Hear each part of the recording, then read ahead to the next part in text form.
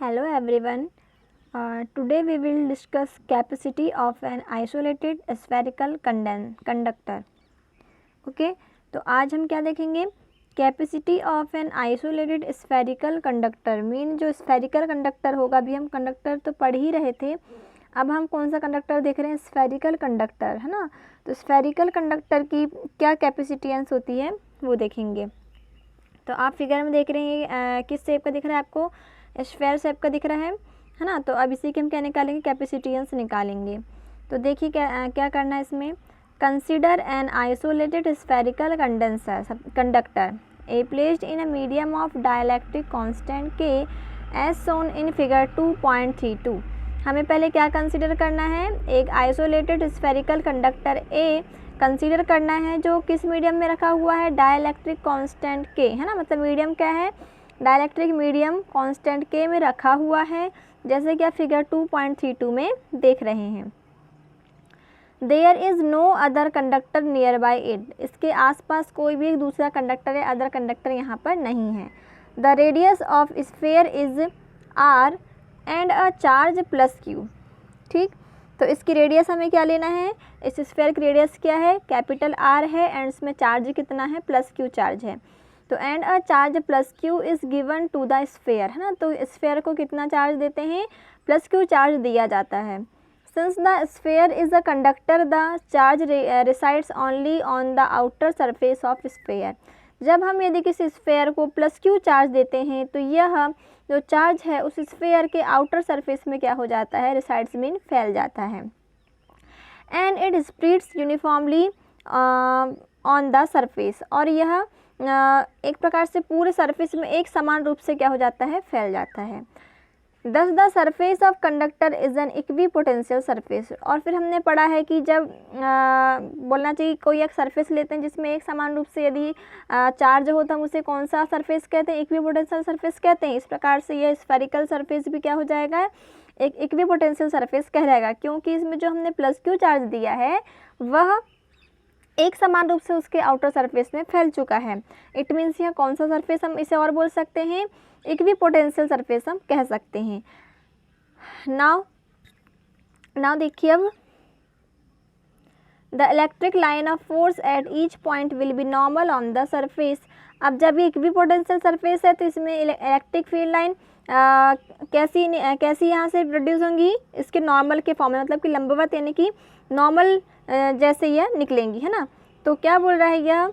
The surface of conductor is an equipotential surface, the electric lines of force at each point will be normal. तो जो electric field line कैसी होंगी? Normal होंगी on to the surface of sphere, and they will appear to be coming from the centre, और ये हमें centre से आती हुई दिखाई देंगी। Hence, to calculate the electric potential at any point on the surface or outside the sphere, it can be assumed that the entire surface plus Q is concentrated at the center of sphere. अब यह क्या कह रहा है? Hence, to calculate the electric potentials at any point on the surface. अब यदि हमें sphere के आउटसाइड सरफेस में किसी पॉइंट पर हमें इलेक्ट्रिक पोटेंशियल क्या करना है? कैलकुलेट करना है। तो हम क्या करेंगे? It can be assumed that the entire surface plus Q is concentrated at the center of sphere. तो हम ये एज्यूम कर लेंगे कि सारे स्फेयर में जो जितना भी चार्ज है वह उसके सेंटर में कंसंट्रेट हो चुका है। तो हम टोटल चार्ज को प्लस क्यू मान लेंगे जो उसके सेंटर में है। Potential at any point on the surface of sphere, और किसी स्फेयर के सरफेस में एक पॉइंट का पोटेंशियल क्या होता है? V इजिकल 1/4πε0 के ये होता है इंटू क्यू अपन आर होता है। ठीक है, यहाँ पर इक्वल दिया है, वहाँ पर into Q upon R volt है। अब देखिए कैपेसिटी, ये तो हमारा हो गया क्या? पोटेंशियल। अब हमें निकालना क्या है? स्टार्टिंग में क्या पढ़ा था हमने? कैपेसिटी निकालना है। तो कैपेसिटी क्या होती है किसी भी स्फेयर की या कंडक्टर की? C is equal Q upon V होता है। तो अब हम यहाँ पे वैल्यू पुट करेंगे तो C इजिकल क्या हो जाएगा? क्यू अपॉन वी की वैल्यू कितनी? 1/4πε0 के इंटू क्यू अपॉन आर है। जब हम इसे सॉल्व करेंगे तो क्या आ जाएगा? क्यू से क्यू कैंसिल हो जाएगा, और जो 1/4πε0 के आर है वो ऊपर चला जाएगा। तो क्या आ जाएगा? C इजिकल 4πε0 के आर फेरेड। ठीक है, तो ये हो गई capacity of conductor. In air या वैक्यूम के इक्वल 1, यदि हम मीडियम यदि एयर ले लें तो इसका के इजिकल क्या हो जाएगा 1 हो जाएगा, देन सी इजिकल क्या हो जाएगा 4πε0 r फैराड हो जाएगा, है ना। This in SI system the capacity of spherical conductor ε0 time its radius, है ना। इस प्रकार से क्या होता है कि एसआई जो सिस्टम है उसमें किसी भी स्फेरिकल कंडक्टर की कैपेसिटेंस उसकी रेडियस की 4πε0 टाइम्स होती है। ठीक, तो यही कल छूट गया था, हमने जो पढ़ा था factor affecting of capacity of conductor, इसके पहले का ये छूट गया था, तो आज ये क्लियर हो गया है। अब देखिए जो factor affecting of capacity of conductor, तो ये हमने कल पढ़ चुका है। अब हम आज देखेंगे principle of condenser. Principle of condenser, condenser mean क्या होता है, कंडेंसर मीन होता है संधारित्र। क्या होता है, संधारित्र। तो उसका प्रिंसिपल क्या होता है देखेंगे आज, कंसीडर ऑफ कंडेंसर। तो देखिए condenser is a device in which the capacity of conductor is increase without increasing its size. In other words a condenser is a device to store the electrostatic energy. तो condenser क्या है, condenser एक device है। Condenser is a device in which the capacity of conductor is increase without increasing its size, है ना। तो condenser वह युक्ति है या वह डिवाइस है जिसमें कंडक्टर के शेप में कोई चेंज किए बिना यदि हम उसकी कैपेसिटेंस को इंक्रीज कर देते हैं तो वह युक्ति क्या कहलाती है, कंडेंसर कहलाती है। क्या कहलाती है, condenser is a device in which the capacity of conductor is increase without increasing the size, है ना। तो कंडेंसर एक ऐसी डिवाइस है जो किसी कंडक्टर के साइज को चेंज किए बिना उसके क्या बोलना चाहिए, कैपेसिटी को इंक्रीज कर देती है। ठीक है, तो यह कंडक्टर की कैपेसिटी को इंक्रीज कर देती है, तो यह डिवाइस क्या कहलाती है, कंडेंसर कहलाती है ना। या फिर हम अदर वर्ड्स में बोले तो कंडेंसर क्या है, कंडेंसर क्या है, किसी चार्ज को या इलेक्ट्रोस्टैटिक एनर्जी को स्टोर करने की एक युक्ति है। ठीक है, एक डिवाइस है, तो ये होता है कंडेंसर। आई थिंक आपको समझ में आया होगा कंडेंसर क्या होता है। अब देखिए प्रिंसिपल देखिए इसका क्या है। We know that if the potential of a conductor become V when a charge Q is given to it, हम जानते हैं we know that if the potential of a conductor become V when a charge Q is given to it, हम जानते हैं कि किसी conductor में plus Q charge देने पर उसका पोटेंशियल कितना हो जाता है, V हो जाता है ना। तो द कैपेसिटी, इस प्रकार से कैपेसिटी ऑफ कंडक्टर कितनी हो जाएगी, C is equal Q upon V। ठीक, तो इतना तो आपको पता होना चाहिए कि यदि हम किसी कंडक्टर को प्लस Q चार्ज दे रहे हैं तो उसका पोटेंशियल हम क्या एज्यूम कर लें, V एज्यूम कर लें। सो कैपेसिटी क्या होती है किसी भी कंडक्टर की, C is equal Q upon V होती है। तो C इजिकल क्या हो जाएगा, Q upon V। If somehow the potential of conductor is decrease, अब ये बोल रहा है कि if somehow the potentials of conductor is decrease more charge then be given to it bringing it back to the same potential.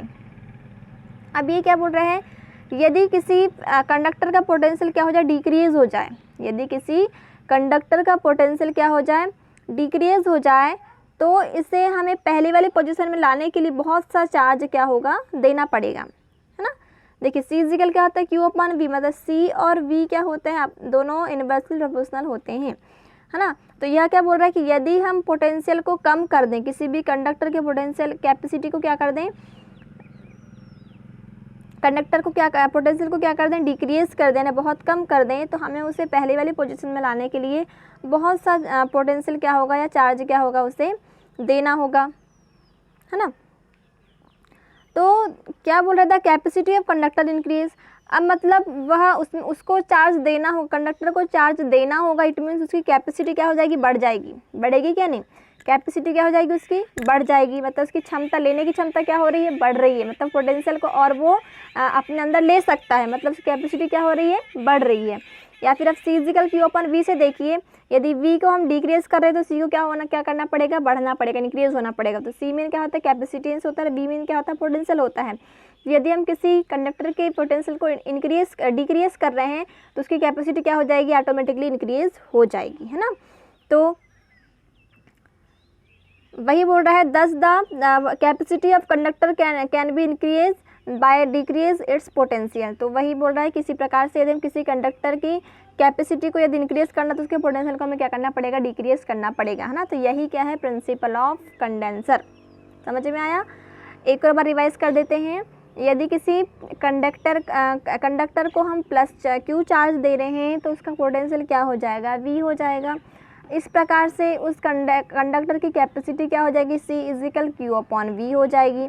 ठीक है। अब यह क्या बोल रहे हैं कि यदि किसी कंडक्टर का पोटेंशियल को हम क्या कर दें, डिक्रीज कर दें, है ना, कंडक्टर के पोटेंशियल को डिक्रीज कर दें तो उसे पहले वाली पोजीशन में लाने के लिए हमें और अधिक उसमें चार्ज या पोटेंशियल देना पड़ेगा, है ना, तब जाके वो अपना पहले वाली पोजीशन में आ पाएगा।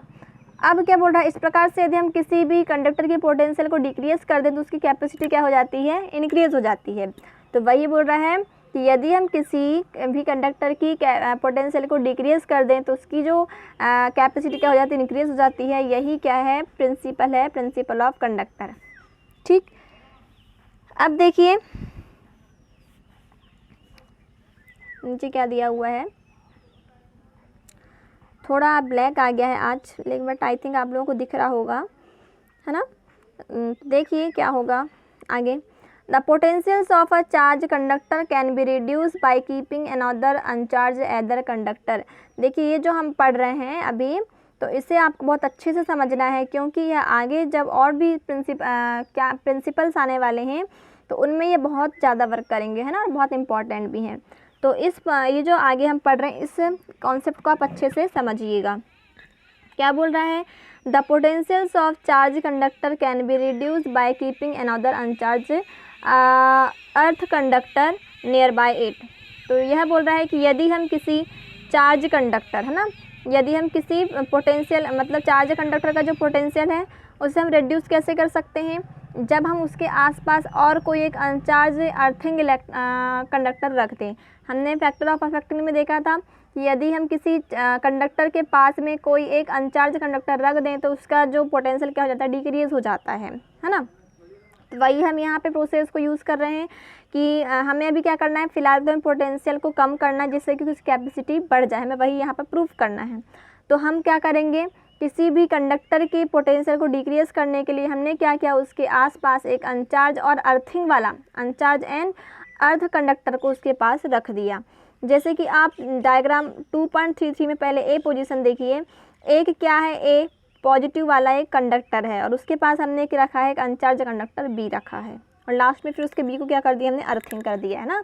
तो यही बोल रहा है कि हमने एक चार्ज कंडक्टर है उसके पास उसके पोटेंशियल को डिक्रीज करने के लिए हमने उसके एक मतलब बी कंडक्टर है, दूसरा अनचार्ज कंडक्टर उसके पास रख दिया है।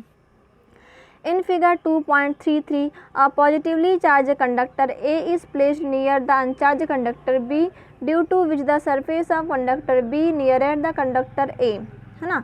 तो देखिए इस प्रकार से हमने आप फिगर 2.33 में देख सकते हैं, एक पॉजिटिवली चार्ज कंडक्टर A है और उसके ही पास में एक अनचार्ज कंडक्टर B को हमने रख दिया है ना। Which the surface of conductor B nearer the conductor A, मतलब जो B का सरफेस पास वाला जो सरफेस है वो A के पास में है ना। अब देखिए बी के देखिए दो साइड है, एक माइनस वाला साइड है और एक प्लस वाला साइड आपको दिख रहा होगा ना। बी का एक माइनस साइड दिख रहा है, एक प्लस साइड दिख रहा है, क्योंकि न्यूट्रल है, न्यूट्रल में प्लस माइनस दोनों होते हैं। मतलब अनचार्ज मीन क्या, न्यूट्रल, न्यूट्रल में माइनस चार्ज भी होता है प्लस चार्ज भी होता है, दोनों से मिलकर न्यूट्रल बनते हैं। इट मीन्स किसी भी कंडक्टर यदि न्यूट्रल है तो वहाँ पर दो चार्ज तो रहते हैं, एक माइनस और प्लस, और ए वाला तो ऑलरेडी क्या है, चार्ज है तो वो प्लस वाला है, ठीक है। अब ए के पास में बी का कौन सा आपको एंड दिख रहा है, माइनस वाला एंड ज़्यादा पास में है। मतलब बी का देखिए एक प्लस वाला एंड भी है, माइनस वाला एंड भी है ना, एक माइनस का वाला सिरा भी, एक प्लस वाला सिरा भी है। तो ए के पास कौन सा इसका भाग है, बी का माइनस वाला पार्ट है ना। तो आपको अभी इतना समझना है कि ए के पास कौन सा पार्ट है, बी का भी माइनस वाला पार्ट ज़्यादा पास में, प्लस वाला पार्ट बी का थोड़ा दूर है ए से। तो अब देखिए क्या बोल रहा है, कहाँ आए थे अपन, चलिए ठीक है, इसे आगे से पढ़ लेते हैं। कहाँ near the conductor A gets negative charge while the surface is further form. हाँ देखिए ना, यहीं से देख लेते हैं। Figure 2.33, a positively charge conductor A is placed near an uncharge conductor B due to with the surface of conductor B near the conductor A. gets negatively charged while the surface which is further from the conductor A gets positively charged. Now if the conductor B is earth as shown in figure 2.33b. अब यहाँ देखिए क्या बोल रहा है ना कि हमने फिगर 2.33 में क्या देखा कि पॉजिटिवली चार्ज कंडक्टर एक ए है, जो उसके पास एक अनचार्ज कंडक्टर बी रखा हुआ है ना, with the surface of conductor B nearer the conductor of A. तो जो बी का जो सरफेस है वह ए के पास में है। Gets negatively charge. तो अब देखिए जो बी का जो पार्ट है, बी का जो पार्ट है जो ए के पास में है, तो वह कैसा हो जाएगा, वो नेगेटिवली चार्ज उसमें प्रोड्यूस हो जाएगा। अभी न्यूट्रल में न्यूट्रल मतलब क्या होता है, प्लस माइनस उसके अंदर होते हैं लेकिन वह दिखाई नहीं देते हैं। लेकिन जैसे ही हमने एक अनचार्ज कंडक्टर को यदि हमने ए के पास वाला चार्ज कंडक्टर के पास लेकर आए, तो ए के पास वाला जो भाग है बी का, है ना, तो उसमें कौन सा चार्ज प्रोड्यूस हो जाएगा, माइनस चार्ज उसके प्रोड्यूस हो जाएगा। तो वही बोल रहा है कि gets negatively charged while the surface which is further from the conductor A gets positively charged। तो इस प्रकार से क्या होता है कि इस प्रकार से B का जो पास वाला सिरा है जो A के पास है उसमें नेगेटिव चार्ज प्रोड्यूस होता है, एंड उसके जो A से जो दूर वाला पार्ट है उसमें पॉजिटिव चार्ज क्या होता है, प्रोड्यूस होता है ना। देखिए आपको ये चीज़ समझना बहुत ज़्यादा इम्पॉर्टेंट है। क्या बोल रहा है, देखिए अभी हम इसको भूल जाएं कि इसमें माइनस और प्लस चार्ज, इसमें हम इसको भी भूल जाएं, ओनली हम इससे अभी ओनली एक ऐसा कंडक्टर मान लें, ठीक है, जो न्यूट्रल है। अब हमने इसके पास, इसको हमने बी मान लिया है, अब हमने इसके पास क्या लेकर आए, ए को लेकर आए। ए क्या है, हमारा चार्ज कंडक्टर है। तो प्रिंसिपल क्या कहता है कि यदि हमने ए के पास बी को लेकर आए, है ना, तो देखिए बी के जो ए के पास में बी का कौन सा पार्ट है, ये वाला पार्ट बी के ए के ज़्यादा पास है और ये वाला पार्ट थोड़ा सा दूर है बी से, है। तो जब हमने चार्ज कंडक्टर ए के पास अनचार्ज कंडक्टर बी को लेकर आए, तो बी ए के पास वाला जो पार्ट है बी का, उसमें कौन सा चार्ज आ जाता है, नेगेटिव चार्ज आ जाता है ना। तो ये वाला पार्ट ए से ज़्यादा पास में है, तो इसमें कौन सा चार्ज आ जाता है, नेगेटिव चार्ज आ जाता है। और जो ए से जो दूर में जो थोड़ा है, मतलब ये वाला पार्ट, तो इसमें आ जाता है प्लस चार्ज आ जाता है, ठीक है। तो यही बोल रहा है आपको इसमें, है ना। अब देखिए आई थिंक अब आपको समझ में आ गया होगा कि A get negatively charge while the surface which is further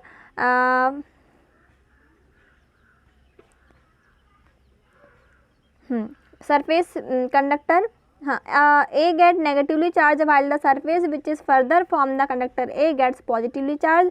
now अब देखिए ना, तो उसमें पॉजिटिव आ गया, इसमें नेगेटिव आ गया, पास वाले पार्ट में नेगेटिव चार्ज आ गया और दूर वाले पार्ट में माइनस वाला चार्ज, नेगेटिव चार्ज आ गया, सॉरी पॉजिटिव चार्ज आ गया।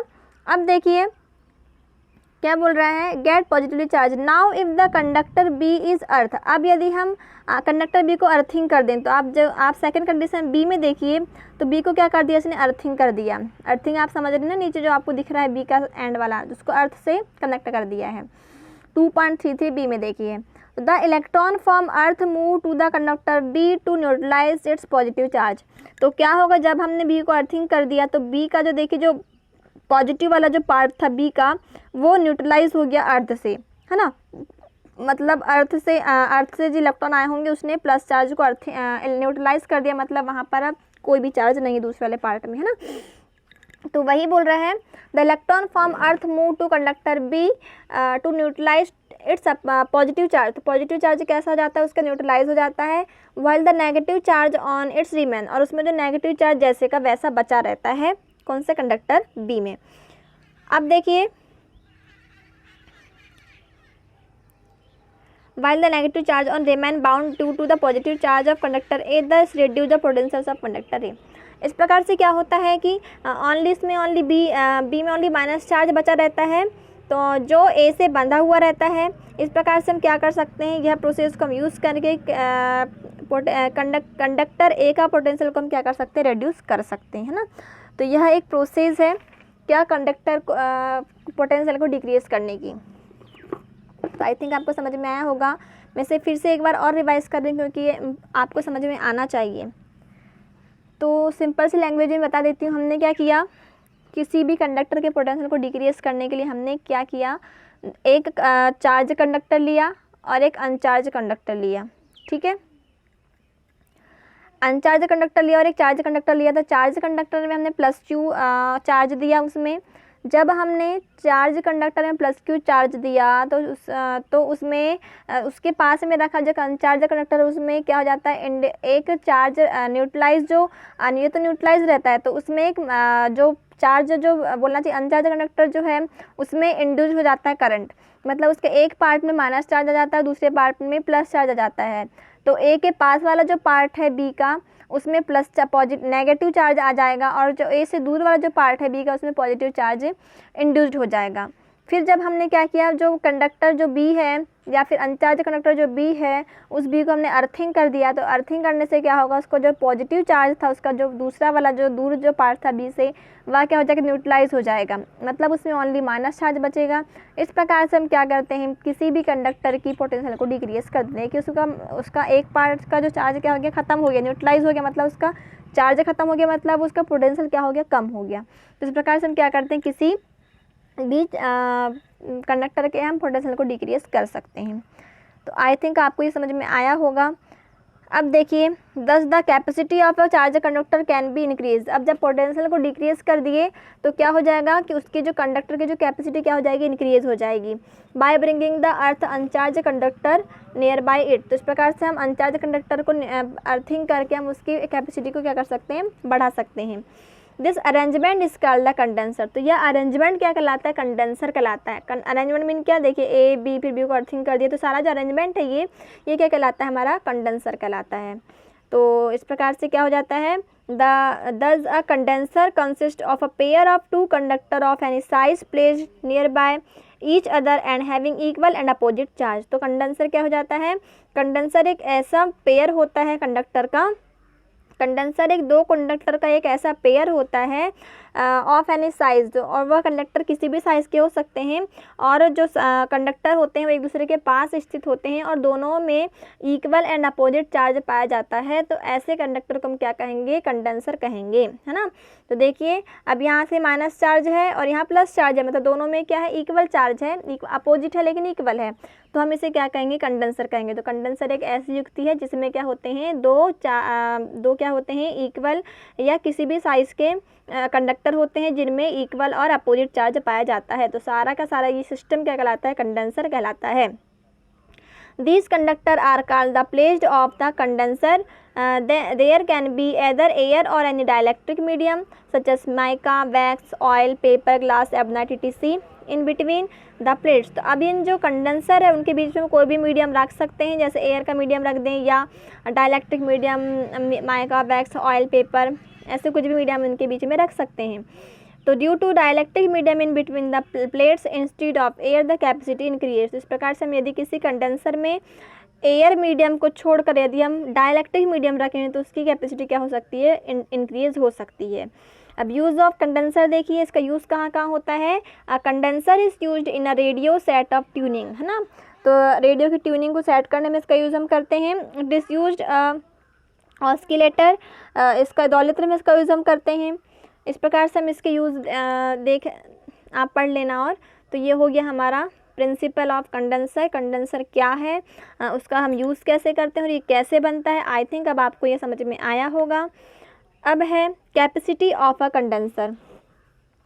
कैपेसिटी ऑफ कंडेंसर देखेंगे तो कैपेसिटी ऑफ कंडेंसर देखिए, consider a condenser consisting of two conducting plates A and B at same separations from the each other.